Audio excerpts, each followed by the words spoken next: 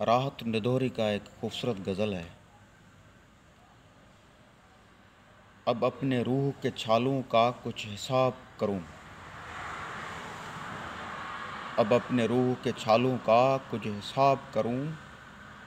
मैं मैं चाहता था चरागों को महताब करूं। बुतों से मुझको इजाज़त अगर कभी मिल जाए, बुतों से मुझको इजाज़त अगर कभी मिल जाए, तो शहर भर के खुदाओं को बेनकाब करूं। मैं करवटों की नई ज़ाविये लिखूं शब भर।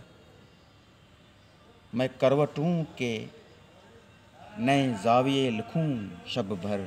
ये इश्क है तो कहाँ ज़िंदगी अज़ाब करूं। ये मेरे चारों तरफ भेड़ गूंगे बैरों की,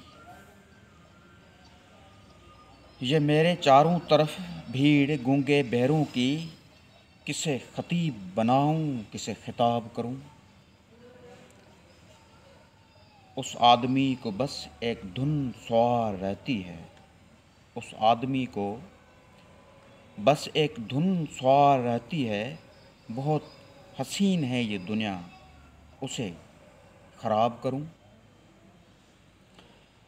ये ज़िंदगी जो मुझे कर्ज़दार करती है, ये ज़िंदगी जो मुझे कर्ज़दार करती है, कहीं अकेले में मिल जाए तो हिसाब करूं।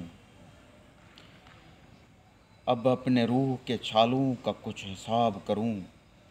मैं चाहता था चरागों को महताब करूं। अब अपने रूह के छालों का कुछ हिसाब करूं। वाह।